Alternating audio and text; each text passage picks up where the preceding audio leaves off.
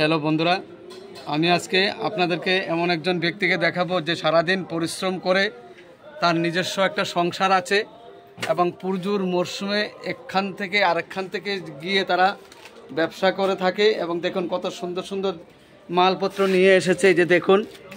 তাই বন্ধুরা আমিও দু একটা কিনবো তাদের কাছ থেকে, চলে এসেছি। এই যে দেখুন বন্ধুরা, দেখাচ্ছি আর কি আছে। এই যে দেখুন শনপাপড়ি, এই যে দেখুন বন্ধুরা শনপাপড়ি, কত সুন্দর সুন্দর শনপাপড়ি।